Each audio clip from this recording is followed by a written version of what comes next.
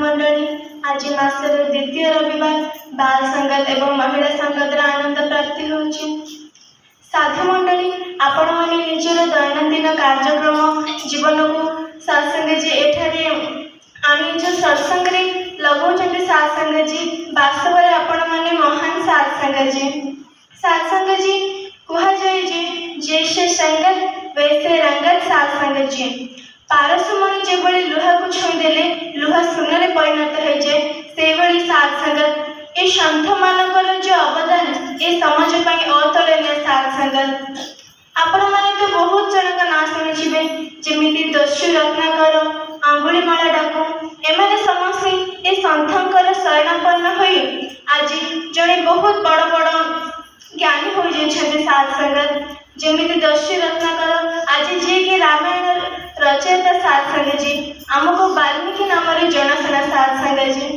सत्संग जी ओडिया भागवत मध्य कहुई बहुनाम जन्मनाम अन्ते ज्ञानवान माम प्रपद्यते वासुदेवः सर्वमिति न स्वयं शचतु महर्षि। सत्संग जी जेमिति कहुई सत्संग ये जो ज्ञान को जो जो महात्मा माने बुझिचंती सत्संग जी निजर कर्म लगाउचंती से भली महात्मा से भली संत ए समाज पई वरदान सत्संग जी।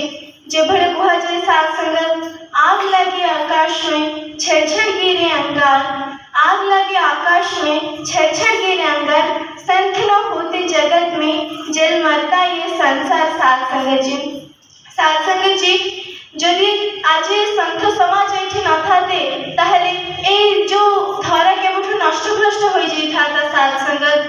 तेणु सत्संगत आमे संत मानक गहन ए साधु संग कर पारुछे सेथिपय आम माने बहुत भाग्यशाली कारण एक घड़ी आधी से बुनियाद तुलसी संगत साधु की कटे कोटि अपराध सत्संग जी। तेणु सत्संग जी केबे मध्य साधु संगत को छाड़िबानी सत्संगत कारण मनुष्य जन्म दुर्लभ है होते न बारंबार जो बंधन पाके फूल दिले बहुरी न लगे डाल। सत्संगत ए मनुष्य जन्म दुर्लभ सत्संगत ए जन्म बारंबार मिले न थाए आमे 84 लाख जन्म भ्रम्य परे शेष ए मनुष्य जन्म को प्राप्ति करूँ। जदि मनुष्य जन्म केवल मोह माया जंजाल भितर रही ए जो जीवन को सारी दबा सत्संग जे ताहले आमे निजर ए जो 84 लाख चक्र भ्रमण उद्देश्य पूर्ण करि परिबनी। ए जो मनुष्य जन्म मिलला यह धिक्कार हे जो सत्संग। तेनो सत्संग प्रतिटी मुहूर्त ए गुरु का शरणापन्न हेबा सत्संग यांका आदेश को अक्षर अक्षर पालन करबा। सत्संग जेमिति भागवत रे गति कथा आसे सत्संग जाबत मनुष्य देहे कालर बेड़ खे नुहे। सत्संग गृहे लागिले अग्नि जेन्हे उद्यम ऊपर खनने। सत्संग जदि घरे निया लागि गला आमे सेही समय रे कुओ खळबा सत्संग ताहले कुओ खड़ा केबे हबो पानी सेथिरे केबे आसीबो एवं सेही पानी रो कुओ रो पानी काढी घर केते बेले लिभा हबो सेते बेले को तो घर पड़ी नष्ट हो जाइथिबो सत्संग। तेणु सत्संग ये जो छोट बयस रे ही महात्मा माने आवास दियंते कि ध्रुव प्रहलाद बड़े छोट छोट पिला माने ये जो गुरु को भक्ति करी ए परमात्मा को जाने ए भवसागर तरी जाइछन्ते सत्संग। सेमिति सत्संग सदा सर्वदा ए गुरुकर जसगान करबा सत्संग ए गुरुकर शरणापन्न हे रहबा। तेणु सत्संग आज हम पाखरे समय अछि किए कहबो काली से समय आम पाखरे न थाई पारे सत्संग कारण सत्संग बेल थाउ बांध बंधरे कुमर पूरी थिब सरोवर पानी सुखी गले हंस उड़ी जिबे पिंड हेब नारखार। सत्संग ए जीवन क्षणस्थायी पानी फटकार जीवन सत्संग। तेणु ये छोट बेलू ही ये आमर जो जीवन को सार्थक करबा सत्संग ए परमात्मा का सहित लीन हो जीवा सत्संग। सत्संग सत्संग कहा जाए जे बहु जन्मर पुण्य फल ए मनुष्य शरीर मिले सत्संग केते केते जन्म आमर बीती जाए सत्संग ताहार हिसाब नहीं शेष दुर्लभ मनुष्य जन्म मिले। तेणु सत्संग ए जो मोह माया अहंकार ତ୍ୟାଗ କରିଦେବା। ମନୁଷ୍ୟ ଆଜି ଏଇ ଯେଉଁ ନିଜ କର୍ମମୟ ଜଞ୍ଜାଳରେ ଫସି ରହିଯାଉଛି ସାଥ ସଙ୍ଗତ। କେବଳ ମୁଁ, ମୋର ସ୍ତ୍ରୀ, ମୋର ଛୁଆ, ମୋର ଅପତ୍ୟ, ଧନ ସମ୍ପତ୍ତି ଏସବୁରେ ହିଁ ସେ ରହିଯାଉଛି। କିନ୍ତୁ ସାଥ ସଙ୍ଗତ ଆମେ ଯେଉଁ ଏଇ ଧରାକୁ ଆସିବା ହବରୁ ଯେଉଁ ମୁଠା କରିଥିଲେ ସାଥ ସଙ୍ଗତ ତାହାକୁ ଆମେ ଭୁଲି ଯାଉଛେ। ତେଣୁ साथ संगत कोटि जन्म कीट पतंगा कोटि जन्म मीन कोरंगा साथ संगत केते केते जन्म रे मनुष्य जन्म मिले साथ संगत। तेणु यहाँ एमती ही चली जीवन को देवा नहीं। साथ संगत आमे वास्तव में बहुत भाग्यवान। ये जो दुनिया रे तो बहुत मनुष्य अच्छा ना, किंतु समस्ते गुरु को दरबार को आसी पारंतिनी, समस्ते गुरु को जसगान कर पारंतिनी। आपण माने जो ये गुरु को जसगान करूछंती एहा आपण मानकर पूर्वजनर संस्कार साथ संगत। तेणु साथ संगत कुहा जाइछि ए परमात्मा सर्वव्यापी साथ संगत। ये अचल अमर अविनाशी साथ संगत ये सब जगह पूर्ण।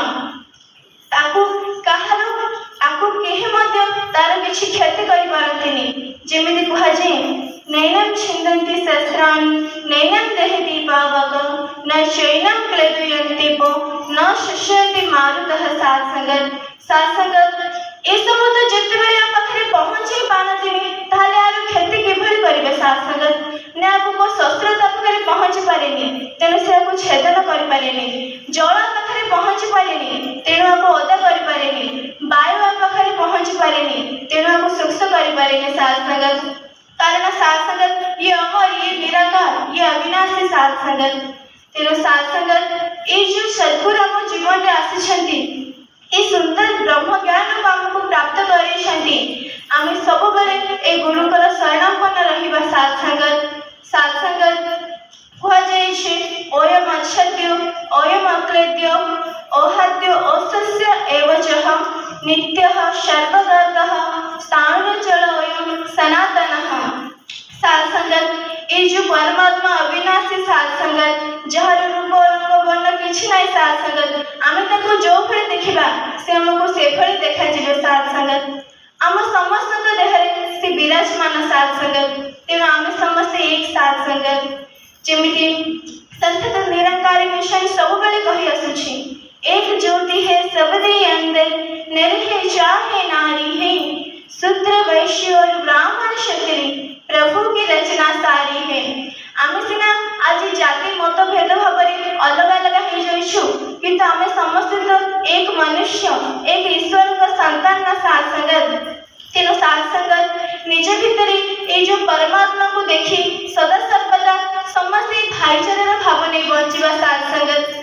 कारण साथ संगत आमे समस्त एक परमपिता परमात्मा कर संतान साथ संगत आमे केही काहाटर भिन्न न केवल रूप रंग वर्ण रे आमे भिन्न हे पारू किंतु आम समस्त शरीर रे सेही विराजमान अछंती। तेणु साथ संगत आमे समस्त एक साथ संगत जेमिति गोटे गोटे फूल को गुंथि एक माला देले से सुंदर देखा जाए सेमिति गोटे गोटे मनीष साथ संगत समस्त एकाठी हे बेले ता सेठार एकता बढ़ी जाए साथ संगत कुहा जाए जे जातस्य हि ध्रुवः मृत्यु एवं ध्रुवः जन्म मृत्युश्च च तस्माद् अपरिहार्यर्थे न तं शचितु अहस्य। साथ संगत आमर मृत्यु हेछि तो आमर जन्म सुनिश्चित, जन्म हेछि तो मृत्यु मध्य सुनिश्चित साथ संगत। एथिरे कोनोसी साथ संगत प्रभेद नाही साथ संगत। तेनो साथ संगत ए जो एते जन्म आमर बीती गला साथ संगत तो निजे चिंता करबा साथ संगत ए जो मनुष्य जन्म पाइछे से जन्म भले कोन आको ही बीती देबा। एबे तो बहुत जनकर जीवन अछि ना, बहुत प्रकार जीव जंतु अछंती किंतु मनुष्य ही सर्वश्रेष्ठ। समस्त तो खाती पियंती सोती मनुष्य मध्य से कर्म करे किंतु मनुष्य पाखरे एक बुद्धि विवेक अछि साथ संगत जहाँ द्वारा से सब कुछ जानी पारे बुझी पारे। तेणु ए जो मनुष्य जन्म रे ही निजर आत्मार सद्गति करि पारिबा साथ संगत।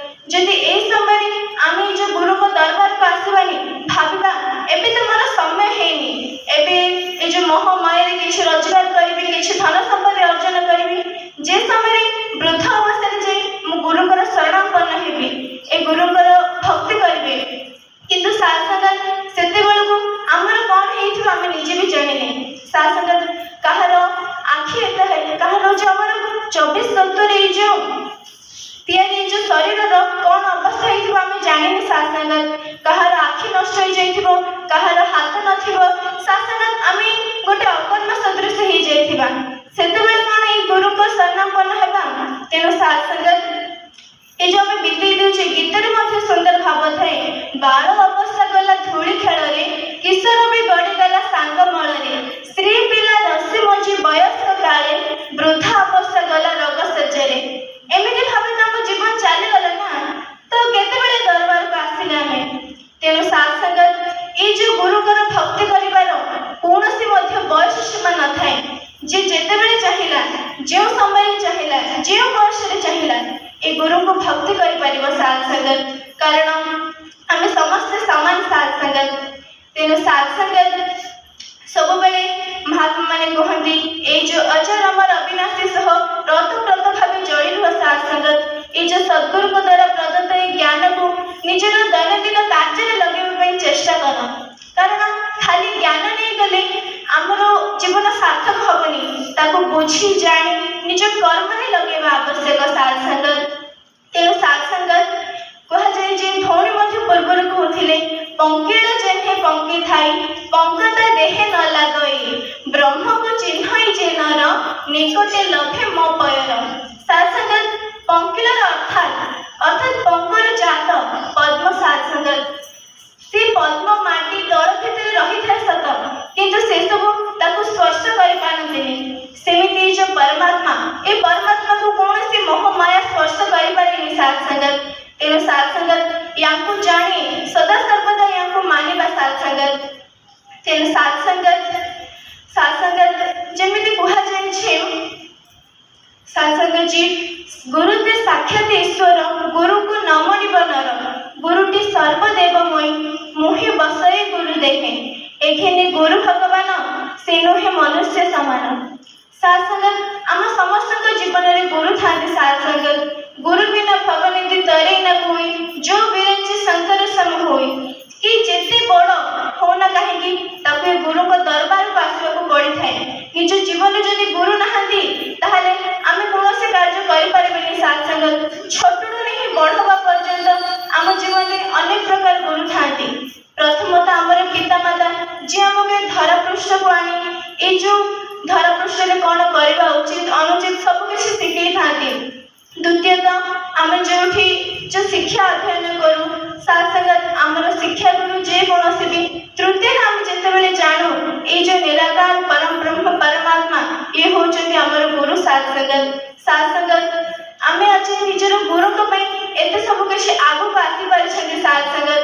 ତେଣୁ ସାତ ସଂଗତ ଏ ଗୁରୁଙ୍କର କେବେ ମଧ୍ୟ ଅବମାନନା କରିବାନି ସାତ ସଂଗତ। ଏ ଗୁରୁ ହେଉଛନ୍ତି ନର ରୂପୀ ନାରାୟଣ। ପୂର୍ବରୁ ଭଉଣୀ ମଧ୍ୟ କହୁଥିଲେ सतगुरु देह का नाम नहीं है, सतगुरु होता ज्ञान है, सतगुरु को एक देह समझना भूल है अज्ञान है। तेणु सात संगत ये आज मनुष्य रूप में जन्म नहीं छथि, किंतु सात संगत ये समय सद्गुरु सात संगत। तेणु या को केबे मध्य आमे एक मनुष्य बोली भाबिबानी, ताहा हमर भूल हबो सात संगत। तेणु सात संगत आमे मनुष्य जन्म हेजे सात संगत।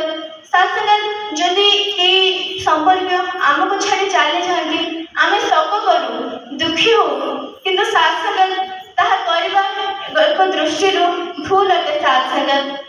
सात संगत जैसे को रामचरित्र मानस गोटे दह मन पड़ुछि, तारा बिकल देखी रघुराया, दीन ज्ञान हरि लेहि माया। सात संगत जी रघुवर राजा रामचंद्र जितेबले तारा को बुझाउथिले, अर्थात सात संगत से श्लोकटी कहिथिले जितेबले रामको द्वारा बलिर बध होइथिला, बलिकर स्त्री तारा सात संगत जी तांकर शव को देखि से तांकर शवर मुंड रखी जोर जोरे क्रंदन करबाकू लागिले। सेतबेले भगवान राम तांकर विकल अवस्था को देखि सात संगत जी तांको पर दयापूर्वक तांको ज्ञान प्रदान करथिले। सेतबेले रामचंद्र सात संगत जी कहथिले, क्षिति जल पावक गगन समी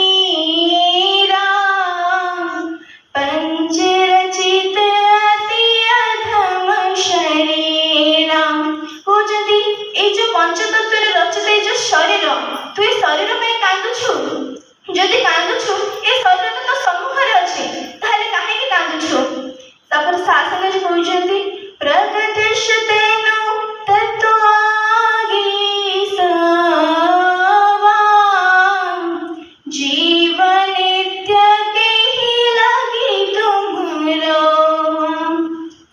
जदि तू ये शरीर पे कांदुनु ये जो आत्मा पे कांदुछु ताहले ए आत्मा तो अविनाशी अमर शासन जी पूर्वर मथे कह जाइथिला नैनम छिन्दन्ति शस्त्राणि नैनम दहति पावक न चैनम क्लरियन्ते व न शिष्यन्ते मारुतः ताहले ए जो अविनाशी आत्मा पे तो काहे कि क्रंदन करूछु ये तो केबे दूर को जाई नाहंती ये तो पाखरे सदा सर्वदा अछंती सेते बेले शासनगत तारा ए ज्ञान को बुझी पाइथिले कहिथिले उपजा ज्ञान चरण तब लागी लीन है से परम भक्ति बर मागी सेते बेले जे तारा करी जो ज्ञान बुझिथिला ए ज्ञान को से प्राप्त करि पाइथिले शासनगत सेते बेले से रामचंद्र को शरणापन्न है भक्तिर बर मागिथिले सेमिति शासनगत हमको आज एते सहज रे गुरु ए ज्ञान रो प्रदान करेछंती